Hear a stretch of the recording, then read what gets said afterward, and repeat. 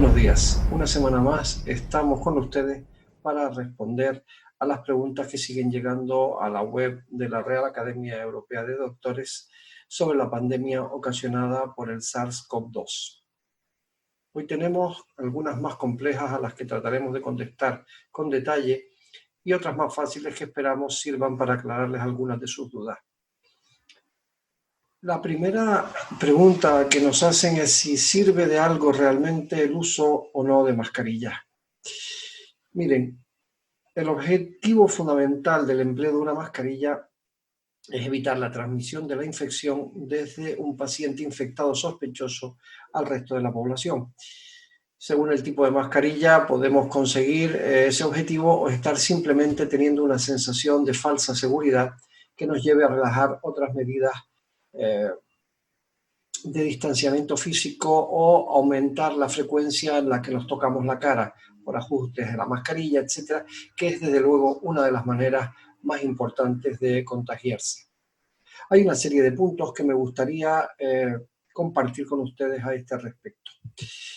El primero de todos, usar máscaras podría ayudar a reducir la transmisión presintomática de la que hablamos la semana pasada. Y si me piden una recomendación a día de hoy, me inclinaría por pedirles a todos ustedes que las utilicen. Y eso porque, miren, tal como expliqué la semana pasada, sabemos que hay transmisión de la infección de una persona asintomática que no está tosiendo, que no está estornudando y que simplemente parece estar bien al resto de personas que la rodean.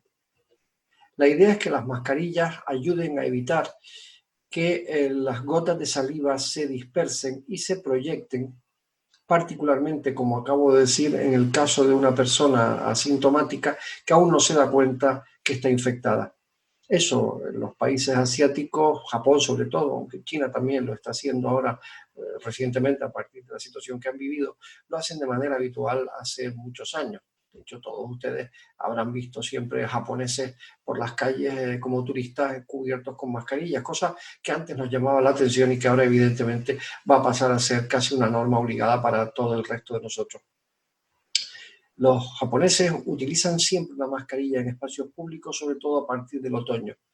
Y una de las formas más habituales de esparcir el virus a gran distancia es a través del estornudo. Para que ustedes se hagan una idea de cuando el aire sale de la nariz y la boca por un estornudo, vuela a una velocidad de 50 a 70 kilómetros por hora. Eso es unos 14 metros por segundo. Y puede alcanzar en esa salida libre hasta los 9 metros de distancia. De ahí la enorme importancia de que la boca y la nariz queden cubiertas, ya no solo ahora por este tema de la COVID, sino por evitar el diseminar enfermedades de las muchas que se propagan por esa vía. Hay dos consideraciones al respecto que me gustaría hacerles. La primera es que la medida más efectiva sigue siendo, sin ninguna duda, el distanciamiento social de 2 metros entre personas. Y la segunda es que si no usan la mascarilla adecuada y se la colocan y retiran de manera correcta, tendrán la falsa sensación de seguridad de estar protegidos. Y eso, queridos amigos, es un riesgo. Bien, ¿y qué tipo de mascarilla habría que usar? ¿Cuál es el tipo de mascarilla mejor que podemos utilizar?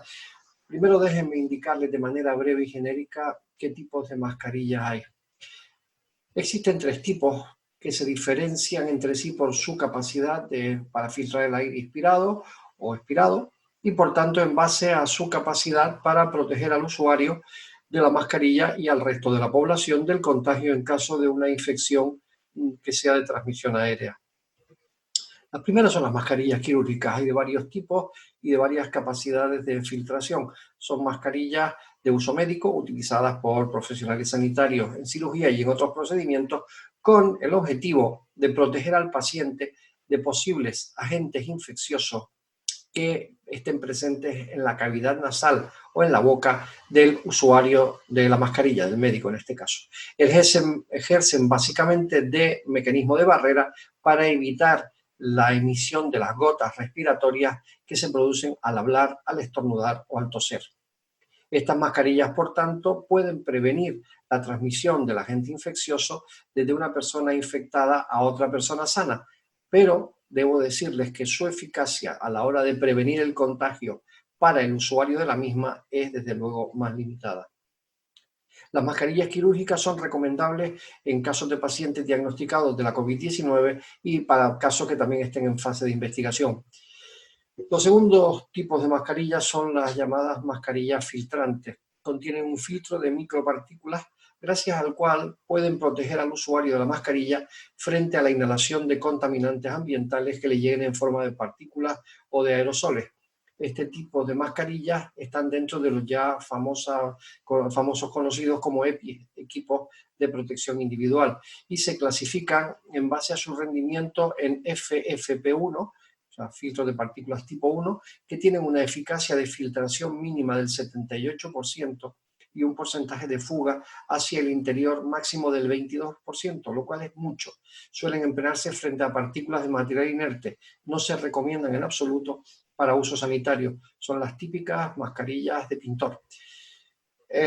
Las FFP2 tienen una eficacia de filtración mínima del 92% y un porcentaje de fuga hacia el interior máximo del 8% y sí se recomiendan para uso sanitario. Por último, las FFP3 tienen una eficacia de filtración mínima del 98% y un porcentaje de fuga hacia el interior máximo del 2%. Estas mascarillas filtrantes, la FFP2 y la FFP3, van a proteger, por tanto, al usuario frente a la infección de la COVID-19. Ahora bien, dada la situación de desabastecimiento de este material, mi recomendación es que las FFP3 se reserven para profesionales sanitarios que atiendan a personas infectadas por SARS-CoV-2 o por cualquiera otro de los virus de infección respiratoria, y que en el caso de que se tenga que salir y acudir a lugares con cierto número de personas cercanas, se utilice una FFP2 y si no la hay, al menos una quirúrgica. Y eso sí, correctamente colocada, es decir, que cubra en todo momento la nariz y la boca. El tercer tipo de mascarillas son las mascarillas higiénicas o de barrera. Están destinadas a personas sin síntomas y en aquellas situaciones en las que el desabastecimiento de mascarillas de tipo médico pueda ser recomendable su uso. Hay que tener en cuenta que su capacidad de filtrado es muy limitado. El objetivo de su empleo en la pandemia de la COVID-19 es intentar reducir el riesgo de transmisión del virus desde la boca y la nariz del usuario no enfermo o asintomático como medida complementaria a otras medidas sanitarias aprobadas por las autoridades. Hay una recomendación práctica que puede mejorar algo su eficacia, que como digo es muy escasa, y es la de adherir un salvaslip en esa parte interior, con lo cual se incrementa algo la capa de protección. Su mayor, menor o nula eficacia depende del tipo de materiales que se utilicen para ella. Hay dos tipos básicos de mascarillas higiénicas. Las no reutilizables son de un solo uso y se desechan después de utilizarlas, y la verdad es que son poco más que un pañuelo de papel. Y las reutilizables son aquellas hechas de tela u otros materiales que permiten su lavado y su secado. Ahora bien, después de cada lavado se debe realizar una inspección visual por si se detecta en ellas algún daño. Hay que tener en cuenta que dada su escasa capacidad de filtrar, las mascarillas higiénicas no son consideradas producto sanitario ni están incluidas dentro del equipo de protección individual. Y conviene que recalquemos un dato muy importante. El uso de cualquier mascarilla, da igual el tipo que sea, no supone en ningún caso una protección absoluta frente al contagio. Es por ello muy importante complementar el uso de mascarillas con el resto de medidas preventivas, tanto higiénicas como de distanciamiento social. Las mascarillas necesitan además ser puestas y quitadas con cuidado con el objetivo de prevenir la autoinfección. Después de quitarse o tocar inadvertidamente una mascarilla usada, hay que lavarse las manos con una solución hidroalcohólica o con agua y jabón. Y en cuanto la mascarilla esté húmeda, hay que sustituirla por otra limpia y seca. Con carácter general, las mascarillas de un solo uso deben ser desechadas inmediatamente una vez utilizadas sin que se vuelvan a reutilizar. A continuación les mostraré un vídeo que puede verse también en YouTube y que está ampliamente difundido, donde se observa cómo saber si una mascarilla puede evitar la propagación del aerosol después de un acceso de tos o de un estornudo. Vamos a simular un estornudo, presión de un desodorante que es menos que un estornudo. Pasa para este lado. Otro tipo de barbijo que están utilizando como friselina, tela que no debe ser usada para barbijo. Pasa. Friselina de bolsa. Pasa. Friselina común, tela simple.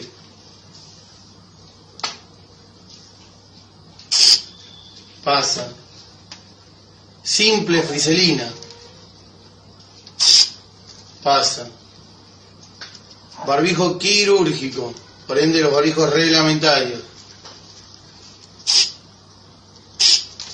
No pasa. Otro tipo de barbijo quirúrgico, por ende barbijo reglamentario. Barrera, no pasa. Barbijo N95 reglamentario. No pasa. Por ende, si estornuda una persona que usa un barbijo y es un COVID positivo, no saldría. Y si yo me lo pongo usando un barbijo cualquiera de tela de friselina o común, no impido aspirar lo que la otra persona estornudaría o hablaría o salpicaría microgotículas. Por ende, no usen barbijos hechos de telas caseras. A continuación, les vamos a mostrar un vídeo en el que se indica cómo se debe poner y quitar adecuadamente una mascarilla. Antes de ponerse una mascarilla, hay que recordar que su uso no exime al usuario de cumplir con las recomendaciones de higiene y de distanciamiento social. Si se usa una mascarilla, es fundamental utilizarla y desecharla correctamente para evitar perder eficacia y un posible aumento del riesgo de transmisión. Aunque el uso de las mascarillas debe seguir en general las recomendaciones del fabricante, se puede dar una serie de pautas generales que vamos a resumir a continuación. El primer paso a la hora de colocarse una mascarilla, independientemente del tipo que sea, es lavarse las manos con agua y jabón o con una solución hidroalcohólica durante al menos 20 segundos. Tras comprobar que la mascarilla se encuentra en buen estado, sin perforaciones y con las bandas elásticas ajustadas, se debe identificar la parte superior de la mascarilla, y en el caso de las quirúrgicas también la posición correcta, es decir, la parte azul o verde hacia afuera, ya que es una capa impermeable, repelente de fluidos, y la parte blanca, absorbente de humedad, hacia adentro. El siguiente paso es colocar la mascarilla en la cara. Nos la llevaremos hacia la cara tapando la nariz y la boca y enganchando la mascarilla a las orejas o la parte posterior de la cabeza según el modelo. Seguidamente debemos bajar la parte inferior de la mascarilla a la barbilla, verificando que cubre completamente la barbilla y que no hay espacios entre la mascarilla y la cara.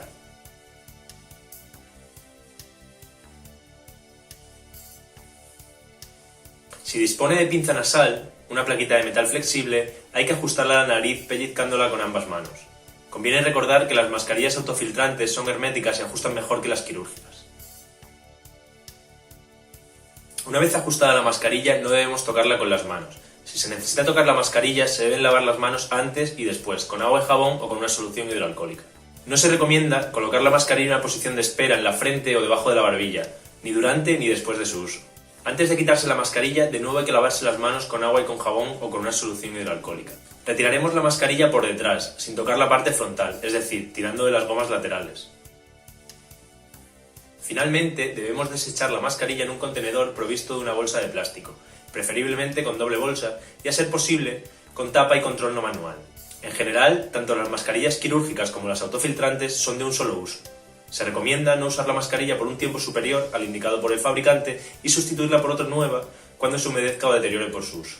Por último, debemos lavarnos las manos con agua y jabón o con una solución hidroalcohólica durante al menos 20 segundos. Hablemos ahora de la otra medida de protección más habitual, los guantes. A pesar de que los guantes protegen contra el virus y en el caso del personal sanitario son absolutamente imprescindibles, la OMS no ha recomendado especialmente su uso para la población en general porque también pueden dar un falso sentimiento o sensación de seguridad que haga que las personas que los lleven bajen la guardia ante medidas de higiene más importantes, como lavarse las manos, y que además no tengan cuidado al ponérselos y sobre todo al quitarlos y puedan infectarse. Si al llegar a casa se los quita correctamente del revés y sin que la parte expuesta toque la piel y luego se lava muy bien las manos de manera correcta y recomendada, pueden funcionar como una capa de protección. Ahora, ante la escasez de este material, hay quien opta por limpiarlos en casa y volverlos a usar. Lo óptimo es no hacerlo, son equipos de protección individual de un solo uso, por lo que es preferible que al acabar los tiremos a la basura. No obstante, si se quieren o se tienen que reutilizar, se deben limpiar muy bien con una solución de lejía concentrada, que es una parte de lejía doméstica por 9 partes de agua. Y se deben dejar actuar en esa solución al menos 5 minutos. Luego hay que secar muy bien el guante. Y lo más esencial es que la parte que está en contacto con la piel no se contamine. Igualmente después hay que lavarse las manos, nunca se olviden de eso. Además hay que ir con cuidado porque los guantes de látex se estropean muy rápido, se rajan y aparecen agujeros, puesto que no están diseñados para llevarse por la calle o realizar tareas de la vida cotidiana. Los guantes de tela, pues evidentemente sirven para protegernos del frío cuando bajan las temperaturas, pero en el caso de la COVID-19 son más recomendables los de látex o los de nitrilo. Los de látex son los más conocidos y están disponibles ya en la mayoría de las grandes superficies, de nuevo porque hubo una época de desabastecimiento. Por su parte, los de nitrilo, que también son guantes elásticos, son más resistentes y soportan más desgaste y rozamiento. Son los que utiliza habitualmente el personal sanitario para exploraciones, para tomas de muestras o para cualquiera de las manipulaciones que se efectúan en ese ámbito. Realmente en lo que todos los expertos están de acuerdo es que hay que insistir especialmente en que hay que quitárselos correctamente para no conseguir un efecto contraproducente y terminar con el virus en las manos. Además, es básico, como ya les dije, tirarlo siempre en una papelera, en la basura o en un contenedor. A continuación les voy a mostrar otro vídeo que se ha viralizado por la web en el que un miembro de Protección Civil muestra cómo hay que ponerse y quitarse adecuadamente los guantes. Buenos días. A ver, quería comentaros una cosa. Somos los de RAL, Protección Civil de Cubas de la Sagra, y estamos operativos como la inmensa mayoría de las protecciones civiles, yo creo, de toda España. Y quería comentaros porque estamos en la puerta del centro comercial, en el que estamos viendo que ya los ciudadanos entran ya un montón de ciudadanos con guantes, que tenían que entrar todos, pero bueno, ya se va viendo gente con guantes y con sus mascarillas. Por el bien nuestro y por el bien del resto de los ciudadanos. Hay que prevenir, no pasar este problema a los demás, ni que los demás no lo pasen a nosotros. Por eso mascarilla y guantes. Pero el problema es cuando salen de hacer la compra, cómo se quitan los guantes los ciudadanos, que no tienen por qué saber cómo lo hacemos los sanitarios, del mundo, digamos, sanitario. Los ciudadanos, ¿qué hacen? Se van aquí, agarran, meten el dedo así un poquito, agarran y tiran del guante, ¿eh? Es lo que lo haría todo el mundo. Con lo cual, si tienes algún tipo de contaminación en el guante, tienes el contacto con tu piel y te puedes pasar la contaminación. Entonces lo que quiero es que los ciudadanos, y por eso este vídeo es sobre todo para los ciudadanos, no del mundo sanitario, ni profesionales, ni del mundo de las emergencias, que aprendan a quitarse el guante. Fijaros, vamos a la palma de la mano, damos un pellizquito, ¿lo veis? Fíjate, sin tocar, a esta altura, ¿lo veis? Sí, ¿no? Y cogemos con el dedo de la peineta, el famoso de cuando se salta un stop y le dice ¡toma! Pues el dedo del toma, el dedo de la peineta, lo pasamos, lo hingamos un poquito y lo sacamos por arriba. Fijaros, ¿ves? ¿Lo veis? Y ahora ya a partir de ahí, ¿vale? Guante fuera. Tenemos la mano limpia, que ya no tenemos problemas con esta mano. Este guante lo recogemos tranquilamente, ¿vale? Una vez que está cerrado en el puño, que no se ve, que está ahí guardado como hostia. Ahora ya no podríamos hacer esto en ya no podríamos, porque tenemos la mano limpia y todo esto está contaminado. Fijaros, el frequito que los ciudadanos harían a primer momento, pues este frequito, mirad, metemos un dedito, le damos la vuelta. Fijaros, ahora mismo la contaminación está dentro, ¿vale? Ya cogemos esto, y esto, ¿sabéis qué hacemos? Porque he visto a algunos ciudadanos que salen de hacer la compra, llenan su coche de la mercancía que han comprado, y esto lo tiran al suelo. No. Estos guantes que pueden estar contaminados tienen que ir a una papelera, a un contenedor, a un sitio donde no sea peligroso para los demás, ¿vale? Así que repito, guantes utilizados, papeleras y contenedores. Nada de calle. Por una sencilla razón, porque este problema que tenemos lo tenemos todos los ciudadanos. Y entre todos, con nuestro esfuerzo, tenemos que pasarlo, ¿vale? Pues venga, tomar nota y a ver si entre todos acabamos con esto. Un saludo. Bien, ya hemos visto cómo hay que hacerlo de manera muy práctica, pero eso no nos puede llevar a olvidar que en todo caso lavarse las manos es la mejor opción. Con jabón, concienzudamente durante al menos 20 segundos, antes, durante y después de trabajar o de tocar algo. Y sobre todo, evitar, y repito de nuevo lo que dije antes, tocarse la cara. Un estudio estima que de media nos llevamos la mano a la cara unas 20 veces por hora de manera inconsciente, con lo cual este mecanismo reflejo es una magnífica manera de contagio y por eso el lavado frecuente de las manos puede ser tan extraordinariamente eficaz. Y ya que hablamos tanto de lavado de manos, ¿cuál es la manera correcta de hacerlo? Bien, le voy a ilustrar eso con otro vídeo, esta vez hecho por la Organización de Consumidores y Usuarios, que lo muestra de manera práctica y gráfica, y que también les mostraré otro que también circula por YouTube, en el que se muestra de manera muy gráfica cómo evitar que queden zonas de las manos sin ser lavadas.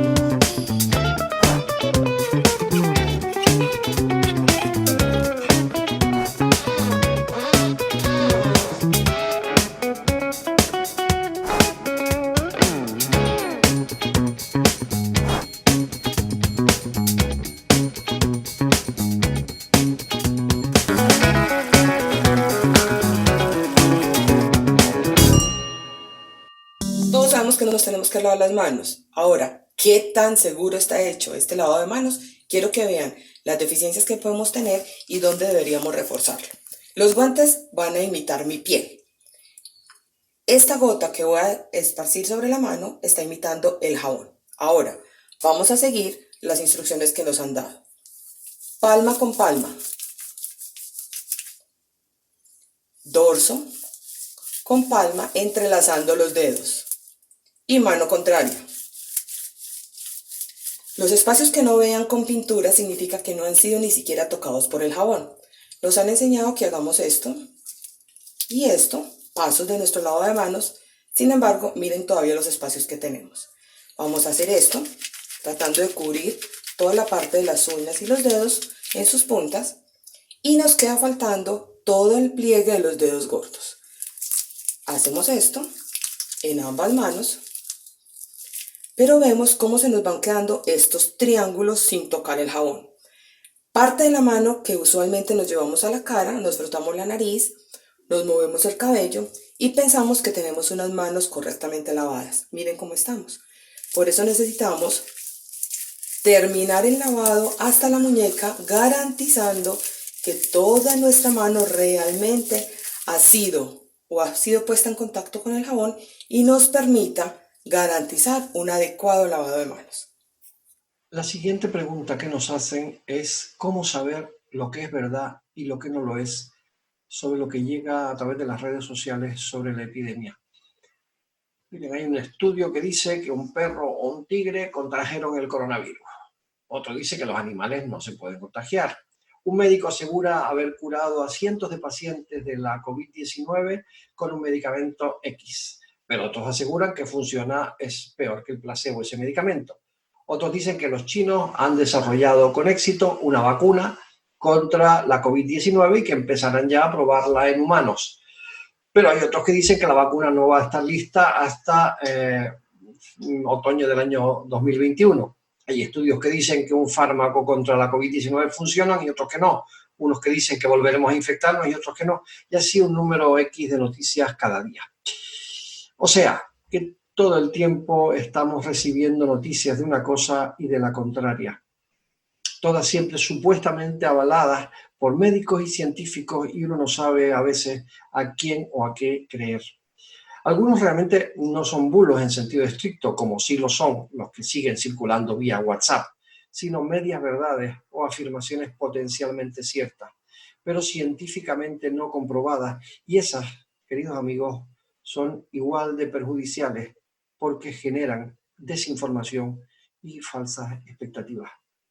La primera consideración general, aunque parece una obviedad, ya que para mucha gente es dogma de fe, lo que dice el doctor Google es que la realidad de los hechos es que lo más seguro y certero, si me lo permiten, es no creerse absolutamente todo lo que vean en una página web, ni se crean absolutamente todo lo que lean en cierta prensa, y mucho menos en páginas web que evidentemente no tienen un soporte científico detrás. Piensen que hay muchos intereses ocultos en según qué afirmaciones para generar determinados estados de interés y de opinión en la población. Por tanto, acuda siempre a fuentes fiables y pregunte a expertos independientes que no tengan opiniones mediatizadas ni opiniones interesadas, ya que, como decía la famosa frase que pronunció Upton Sinclair, que fue un editor de la revista Times en los años 50, es difícil que un hombre entienda algo cuando su sueldo depende de que no lo entienda. Y ustedes ya me entienden. Cada día entramos en Internet buscando algo de información sobre el coronavirus y salimos aún más confundidos. En este momento lo que realmente no sabemos es mucho más que lo que sabemos. Hay miles de investigadores dedicados noche y día a investigar sobre la pandemia, sobre el virus y sobre sus consecuencias. Pero ahora mismo, en muchos casos, estamos en la más absoluta oscuridad y los hallazgos científicos serios y comprobados según el método científico son los únicos que nos pueden ir aportando luz, que se va encendiendo poco a poco a medida que se va avanzando en el conocimiento. Pero desde luego no tenemos ese conocimiento amplio y masivo que seguramente podremos tener de aquí a unos años, cuando la investigación sobre las diferentes etapas y factores del coronavirus haya ido concluyendo. Y cuando digo estudios serios y comprobados, me refiero a aquellos que siguen el camino de cualquier descubrimiento científico, es decir, que se publique en revistas científicas que se someten a lo que se llama la revisión por pares, es decir, revistas que tienen un sistema de control en el que otros científicos de manera ciega revisan aquello que se les ha enviado, y cuando digo ciega es sin saber quién es el autor, y básicamente demuestran y comprueban que ese trabajo cumple los estándares aceptables por la comunidad científica. Y otro factor muy importante es que si alguien, cualquier otro científico, quisiera hacer el mismo trabajo, sea capaz de reproducirlo y obtener resultados equivalentes con los datos que figuran en el estudio objeto de tal investigación. No obstante, debo decir también que las grandes revistas científicas también sufren de vez en cuando algún fiasco, cuando a pesar de sus controles les cuelan algo que no se corresponde a los estándares anteriores, por no hablar de lo que se conoce como conflictos de interés. Era relativamente habitual encontrar hace algunos años que algunos científicos de cierto nivel que publicaban cosas, por ejemplo, sobre el tabaco, sembraban dudas sobre los daños que causaba, y se descubrió que estaban financiados por esa industria. Y al igual también que ha pasado más recientemente con el cambio climático, sobre el que grupos de científicos pagados por las industrias contaminantes se dedicaron a sembrar dudas sobre su existencia o sobre la responsabilidad del hombre en su causalidad. Para evitar que eso siguiera pasando, las revistas científicas serias empezaron a exigir y publicar una declaración jurada de lo que se llama un conflicto de intereses, en el que él o los autores deben explicitar de manera clara y sin ambajes de ningún tipo en la misma publicación si alguien relacionado con el tema objeto de la misma les ha financiado ese estudio u otros estudios relacionados. Pero, salvo casos muy excepcionales de descubrimientos muy especiales, un estudio científico aislado por sí solo no puede ser tomado jamás como prueba definitiva. Es necesario, como acabo de señalar, que el mismo pueda ser reproducido por otros y que sus resultados sean similares. Otra pregunta que nos envían: ¿es el coronavirus SARS-CoV-2 un virus de laboratorio? Y miren, no falla. Siempre que hay una tragedia nacional o internacional, brotan decenas de teorías conspiranoicas que atribuyen el origen de los acontecimientos a oscuros enigmas o a determinados personajes presentados como criaturas siniestras que quieren dominar el mundo. La pandemia de la COVID-19, que lamentablemente sabemos que ha azotado todo el globo, no ha sido menos. Y para responder en concreto a esa pregunta, déjenme recordarles lo que ya dijimos en una de las intervenciones anteriores sobre los coronavirus. Los coronavirus son una familia de virus muy amplia. Recuerden que los virus que causan el resfriado común lo son, y también el síndrome agudo respiratorio, el SARS, del año 2003, y el brote de Arabia Saudí conocido como MERS.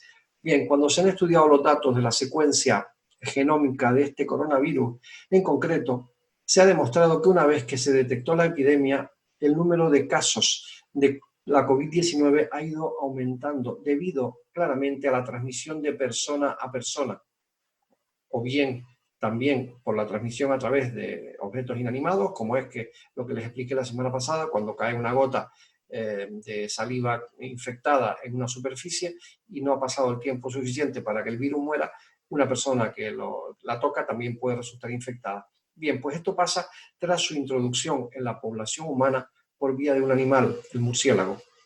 Un estudio publicado hace unos días en la revista Nature Medicine, una de las referencias internacionales más importantes en ciencia, señala características clave en el patógeno SARS-CoV-2 que descartan por completo la intervención de un laboratorio en su desarrollo. En ese estudio, los autores afirman claramente que el SARS-CoV-2 no es un producto de laboratorio ni un virus manipulado a propósito. Todos los expertos saben que las técnicas de modificación genética de los virus dejan huellas y en el nuevo coronavirus no se detecta ninguna de esas pisadas. Es más, afirman con total rotundidad en ese trabajo que comparando los datos de secuencia del genoma disponibles con las cepas de coronavirus conocidas, podemos determinar con firmeza que se originó a través de procesos naturales. Claro, entonces la pregunta que les hacía era: ¿y cómo explican el paso del virus al hombre? Y yo me remito a sus propias palabras. Y decía este investigador: miren, entrar en cuevas de murciélagos y cazarlos para comérselos, o refugiarse del clima inhóspito del sudeste asiático en una de esas cuevas, o vivir cerca de una de ellas, son cosas que suceden todos los días. Y así es como se propagan los virus, y hay muchos. Y eso lo dicen investigadores que han estado sobre el terreno. También ha habido estas semanas otra peculiar teoría que ha tenido algún recorrido a través de las redes sociales, y es la de un astrofísico indio que lleva años defendiendo la teoría de que los virus vienen del espacio viajando en meteoritos. Pues miren, los expertos de la NASA afirman claramente que no tendría precedente alguno descubrir que un virus puede sobrevivir a la radiación a la que está expuesto en un viaje tan largo por el espacio y aún así poder infectar a los humanos después de aterrizar en la Tierra. Y más cuando sabemos que simplemente la lejía o las radiaciones ultravioletas acaban con él, ya que no tiene una estructura muy estable. Tenemos también preguntas relacionadas de nuevo con el sistema inmune, y una de ellas es si podemos reforzar nuestro sistema inmunitario con suplementos para protegernos de la COVID-19. Hay una gran cantidad de datos que muestran el papel que desempeña una adecuada nutrición, sobre todo aquella basada en la dieta mediterránea, en el apoyo al sistema inmunológico. A pesar de existir mucha literatura al respecto sobre las ventajas de utilizar algunas hierbas, plantas o vegetales, tales como el jengibre, la equinacia, etcétera, para la prevención de la infección por coronavirus, no existe, y soy rotundo, no existe ninguna evidencia científica que esos suplementos sean efectivos ni sirvan para otra cosa que para aumentar los ingresos de aquellos que los venden. Otro tema, sin embargo, en el que no puedo ser tan tajante a la luz de las últimas investigaciones publicadas estos días, es en el papel que pueden jugar determinadas vitaminas, sobre todo la vitamina D y la vitamina C, en la mejora de las capacidades del sistema inmunitario. Sabemos que las vitaminas, minerales y ácidos grasos específicos tienen funciones clave para desempeñar y ayudar al sistema inmunitario. En particular, la vitamina C, la vitamina D, el zinc y el ácido graso de la serie omega 3 que se encuentra en el pescado, conocido como DHA, son claramente útiles para mejorar la función del sistema inmune. El papel que juegan las vitaminas C y D en la inmunidad es particularmente conocido. La vitamina C tiene funciones en varios aspectos de la inmunidad, incluido el crecimiento y la función de las células inmunes y la subsiguiente producción de anticuerpos. Los receptores de vitamina D en las células inmunes también afectan su función, por tanto la recomendación en este sentido es muy clara. Consumo de productos ricos en vitamina C, caso de los cítricos, cualquiera de los cítricos. El melón, el kiwi, el mango, la papaya, la piña, las fresas, los frutos rojos, la sandía, el repollo o la col rizada, el brócoli, las coles de Bruselas, el hinojo o el perejil son todos productos muy ricos en vitamina C, en diferentes niveles y grados, pero todos ellos tienen vitamina C. Con respecto a la vitamina D, los alimentos que más la contienen son los pescados grasos, fundamentalmente el salmón, la caballa o el atún. Además, también lo contienen el hígado de vaca y los lácteos, el queso, la leche, el yogur y la yema de huevo. Otra fuente muy importante de obtención de vitamina D es la luz solar. Pero para que esa fuente de obtención funcione debe ser por exposición directa de la piel al sol al aire libre, que debe hacerse, no obstante, de manera muy breve y controlada, porque el riesgo de provocar cáncer de piel por exposición prolongada existe de manera muy significativa. Es decir, no vale la excusa de pasarse horas al sol, cual lagarto, por aquello de que estoy tomando mi ración de vitamina D. Miren, con un paseo al sol durante unos pocos minutos, que además debe ser con la adecuada protección, con ropa y crema solar de un mínimo de factor 8 o 10, se recibe la cantidad necesaria para que el cuerpo sintetice vitamina D y no se corre el riesgo de desarrollar un melanoma y otros cánceres de piel. Si alguien no tomara suficientemente el sol por temas climatológicos y no consume alimentos que posean vitamina D, es cuando sería recomendable la ingesta de suplementos de esa vitamina, pero siempre, por favor, bajo estricto control médico. Y vuelvo a repetir una cosa, por favor, ni siquiera en eso se automediquen. Es un mal asociado a nuestro ya mencionado doctor Google y puede traer consecuencias no deseadas. Así que consulten siempre al médico o al farmacéutico al respecto antes de tomar una medicación del tipo que sea. Y visto lo visto en cuanto a la nutrición, el metabolismo y la inmunidad, ¿qué ocurre con los diabéticos y la COVID-19? Pues miren, por razones no del todo precisas, parece que los diabéticos son un grupo de riesgo más elevado. Los estudios hechos en estos meses señalan que la mayoría de los diabéticos no desarrollan cuadros graves en el virus, pero un subgrupo de ellos sí que pueden tenerlo. Y no está de más recordar aquí que una persona con diabetes que no tenga bien controladas sus niveles de glucosa en sangre podrá tener una mayor tendencia a desarrollar infecciones, ya que su sistema inmune puede estar claramente comprometido. Hace ya algún tiempo, un grupo de investigadores descubrió la causa de algo que se sabía, y es que la diabetes ciega el sistema inmune, ya que, según descubrieron, algunos microorganismos presentan en su superficie dos tipos de azúcares, la manosa y la fucosa, que son utilizados como diana por unos receptores especializados de nuestro sistema inmune para detectar la presencia de estos microorganismos y actuar contra ellos. Sin embargo, este mecanismo de detección queda bloqueado cuando los niveles de glucosa son demasiado elevados. Por eso dicen que la glucosa ciega a esos sistemas, impidiendo por tanto el funcionamiento normal de las defensas del organismo, haciéndolos mucho más vulnerables y más proclives a desarrollar infecciones en general y más graves. Es por ello que en este grupo de pacientes lo primero sea el control continuo y absoluto de su glucemia.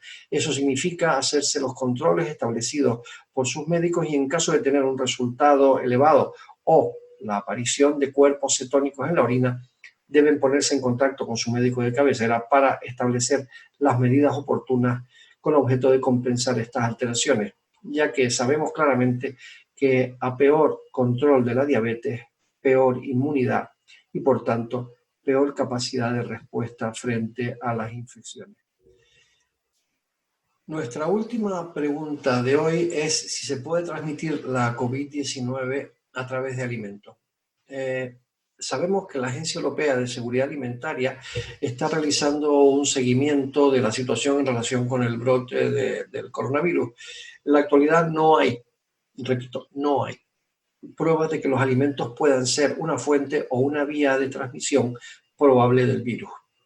Las experiencias, además de anteriores brotes de coronavirus afines, como el SARS o el MERS, indican que no se produjo transmisión a través del consumo de alimentos. Actualmente no hay ni una sola prueba que sugiera que el actual coronavirus sea diferente en ese sentido.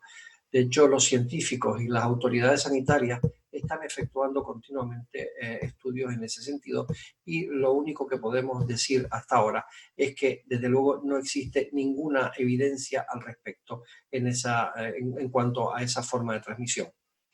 En relación con la seguridad de los alimentos, la Organización Mundial de la Salud ha publicado recomendaciones para la prevención que también incluyen asesoramiento sobre el mantenimiento de buenas prácticas higiénicas durante la preparación y la manipulación de los alimentos, entre los que destacan lavarse las manos, lavar muy bien las frutas y verduras, cocinar muy bien la carne y evitar la posible contaminación cruzada entre alimentos cocinados y no cocinados y desde luego evitar en lo posible los alimentos crudos.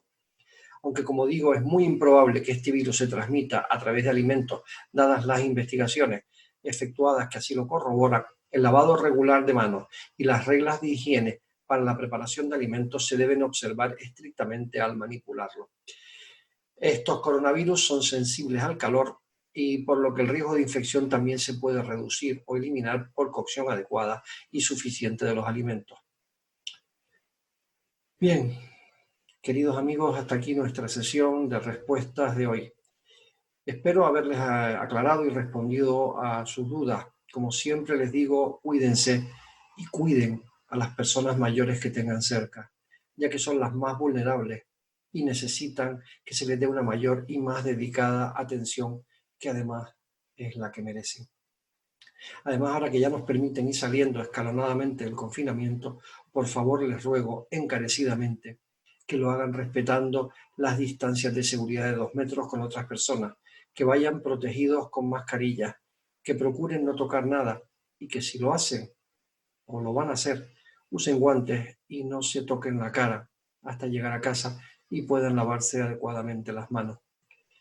Decía Albert Camus en su novela La peste que ha habido en el mundo tantas pestes como guerras y sin embargo pestes y guerras cogen a la gente siempre desprevenida.